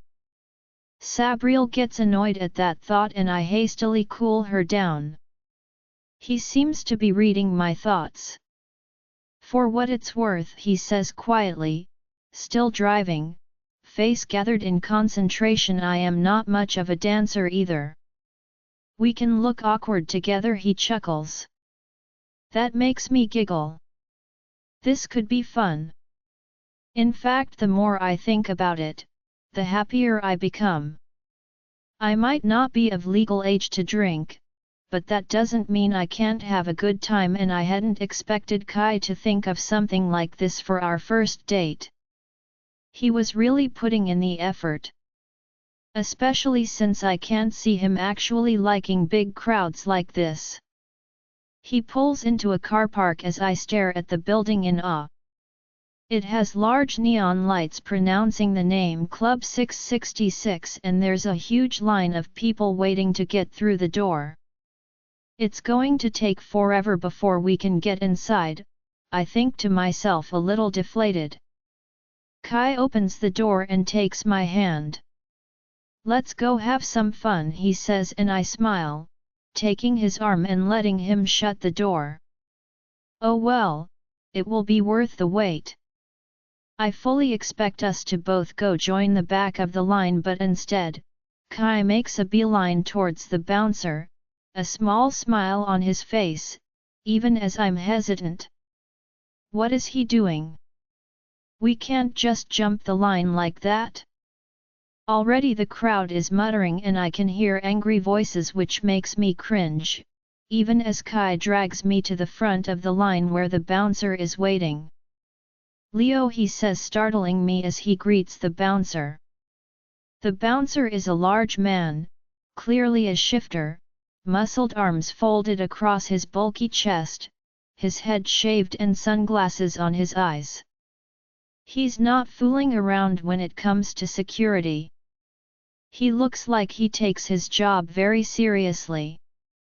"Alpha Kai," the bouncer greets him with a smile as I look back and forth between them.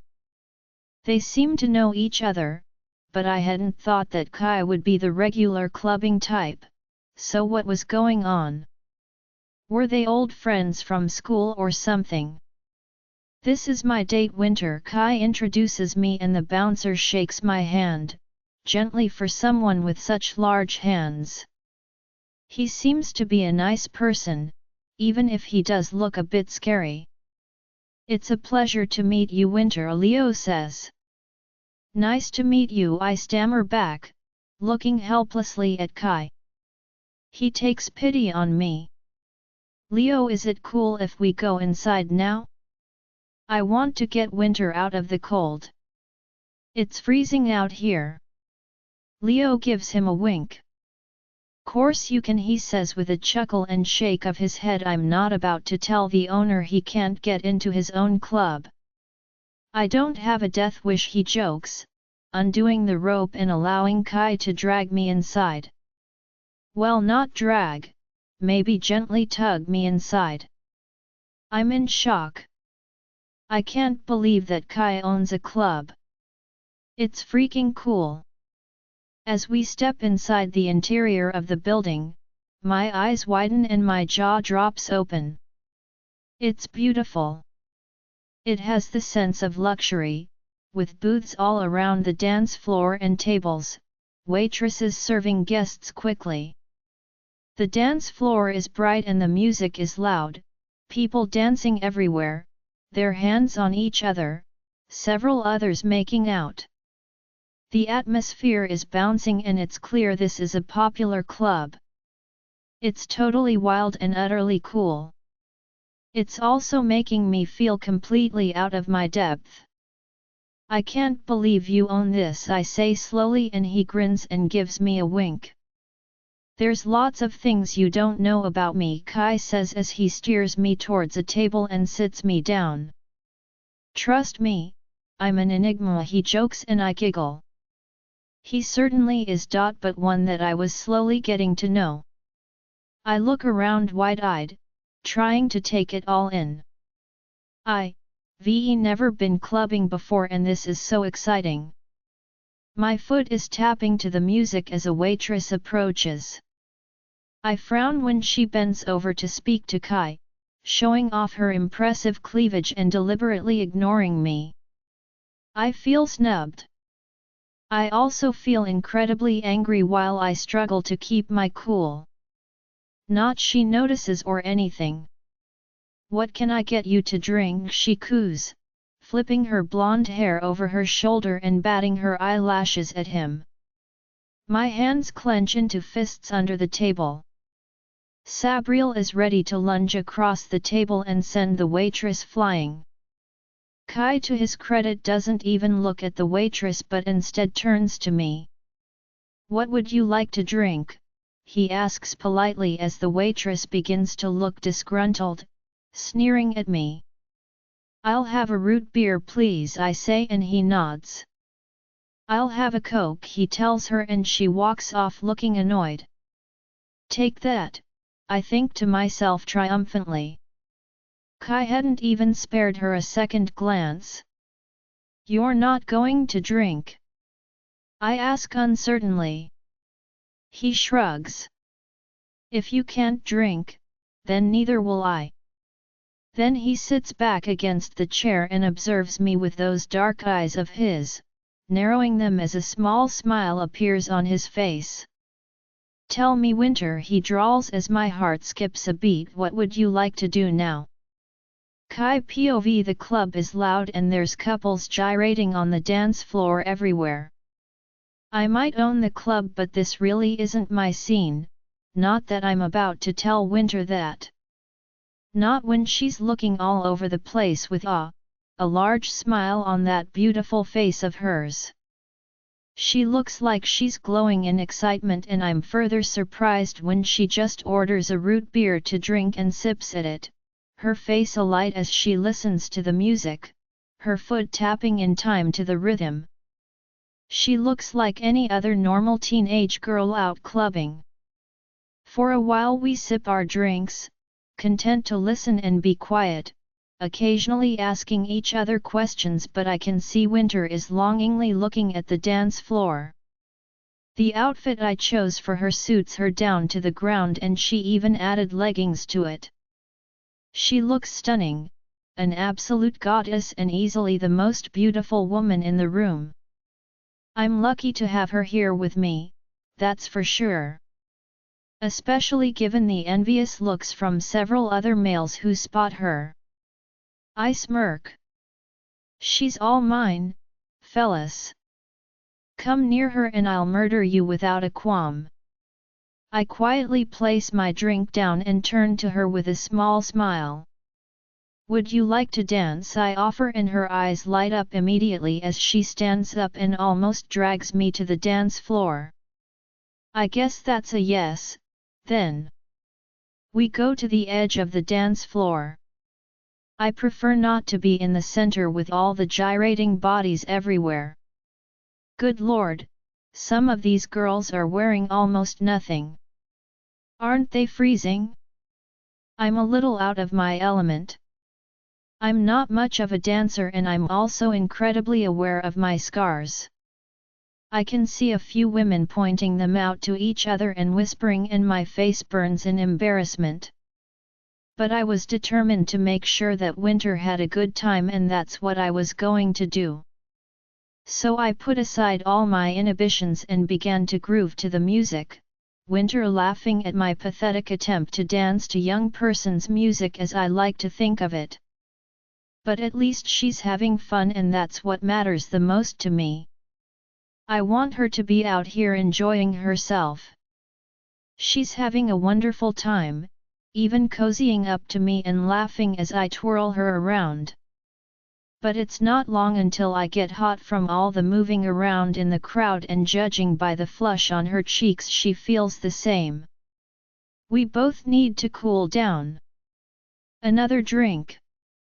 I suggest, and she nods gratefully, using her hand to fan her face as I lead her back towards one of the booths. Root beer. I check, and she gives a small nod. I'll be right back, I tell her with a smile. I go and join the crowd waiting to be served. We could wait for a waitress, but it's gotten crowded now and they appear to be run off their feet. It will be much quicker to go to the bar and fetch them. I make a mental note to hire more waitresses as I make my way over and give the bartender a small smile. Root beer and Coke please, I tell him, and he nods, serving the drinks up quickly. The bartender is efficient, I'll give him that. Doesn't try to engage in small talk, like a lot of them do. He's also not trying to hit on any of the women, which I like. Means he takes his job seriously. He places the drinks in front of me and I take one in each hand, slowly maneuvering my way through the crowd to make it back to Winter. I frown.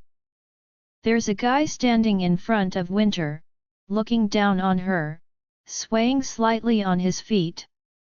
He's clearly inebriated. I hesitate. Storm wants to go over there and slam the guy's face into the table, but part of me is hesitant. I don't want to play the hero if she's capable of sending him away herself. Besides, she might not welcome my interference. I slowly walk towards the table, able to catch some of the conversation with my sensitive hearing. "How are you doing, baby doll?" Creepa's voice. He's definitely drunk and slurring his words. "I'm not your baby doll." Winter's voice. She sounds extremely annoyed and angry, staring up at the man who's overtowering her. "You don't have to be like that." Creep's voice. Determined, "I'll give him that. I'm here with someone, so I'd appreciate it if you would leave." Winter's voice. She's standing up for herself. Good for her. I glow at that. Still, I move closer in case she needs me. My whole body is tense. I'm prepared to step in at any moment and deal with this creep the way he deserves to be treated. "You mean that man with those ugly scars?" Creep's voice sneers, and I see Winter stiffen. She looks pissed off. Somehow I'm not surprised that my scars get dragged into this, but Winter's reaction surprises me the most. "They are not ugly." Winter's voice. "Please leave." She's starting to sound a bit angry now, and I wonder whether I should stop this guy now or wait. Then I see red. The creep has taken hold of her arm and she's trying to pull it back to no avail. He's too strong for her, and it shows. I hate men who manhandle women. He's mine now. I begin to move. Something's wrong. He has something in his pocket that's gleaming in the light. How did he get it past security? "Listen, you. Do as I say or I'll knife you right here and now," he begins, and that's it. I drop the drinks and storm towards them both, my eyes turning pitch black in my anger. How dare he? I think furiously, but then I'm stopped in my tracks. Winter's handling it. "I asked you more than once to leave me alone," Winter says icily, "and you still continued to bother me." "I'm not going anywhere with you," she hisses and pulls her arm free. In one smooth move, as I watch in disbelief, she reaches over, grasps his head and slams it into the table as he gives a shocked cry, blood pouring from no doubt what is now a broken nose. I'm speechless and in awe. She freaking slammed his head into the table, and the man more than deserved it. Way to go, Winter. I see him starting to get back up and come over, gripping hold of the man's arm as security approaches. They should have been a bit quicker, I think to myself, slightly annoyed at them. Did they not see what was happening over here? He was pawing the lady. "Get him out here," I tell them. "Make sure he leaves and never returns." "Oh, and he has a knife on him," I growl, watching as they begin to pat him down. They give a nod and I turn to Winter, who is pale and shaky, but still looking absolutely furious. She looks absolutely adorable. I keep that thought to myself though. I don't want to make her even angrier. I just hope she doesn't want to go home yet and call the date over. "Are you all right?" I ask softly, grabbing hold of her arm, where he'd taken hold, and softly rubbing it as she looks at me, a troubled look on her face. She gives me a small nod. "He wouldn't leave me alone, I had to do it," she tells me worriedly, biting her lip. Am I in trouble? I laugh, my shoulders shaking in amusement. Why on earth would she be in trouble when all she'd done was defend herself against a creep who was manhandling her? If anything, she'd done the club a favor in getting rid of a predator. She should be proud of herself.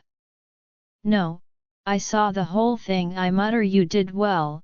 I'm actually really proud of you, Winter, for standing up for yourself like that.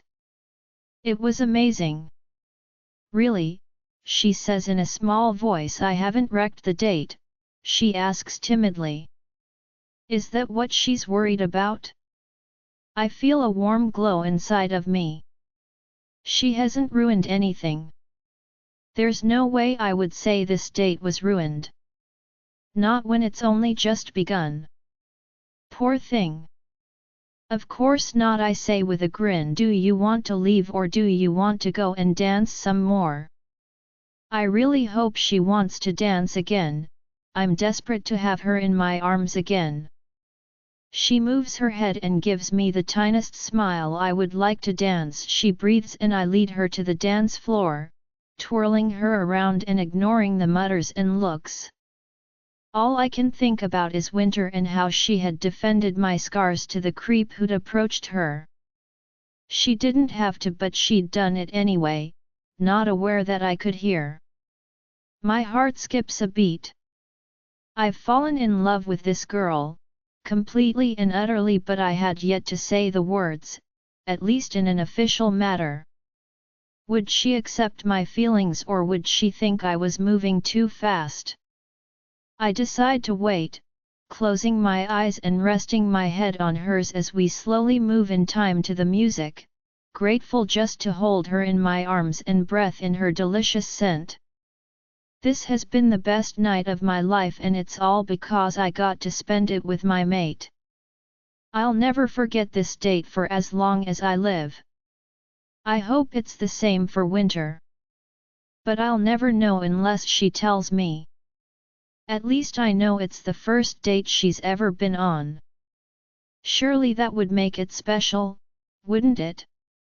Later, I'm driving and keeping a wary look on my sleepy mate. She stares out the window, watching the scenery, her eyes barely staying open as I force back my grin. There's no way she's going to be awake when we make it back to the pack house. Not that I mind.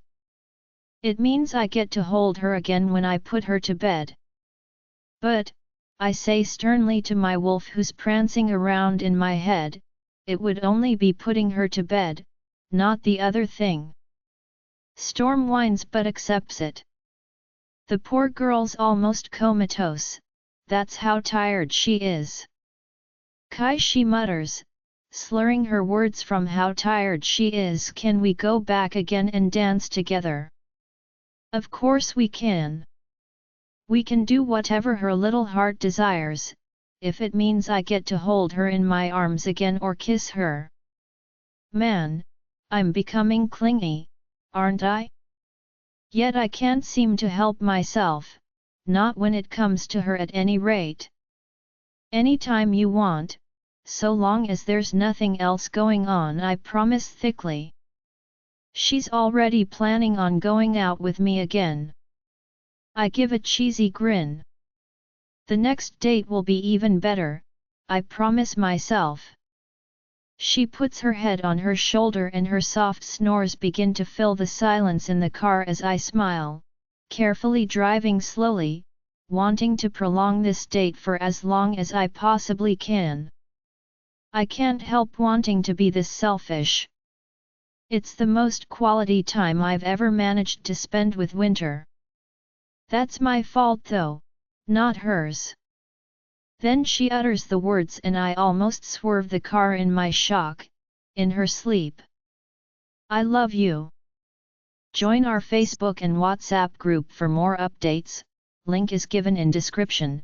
Rest audiobook will be continued in next episode.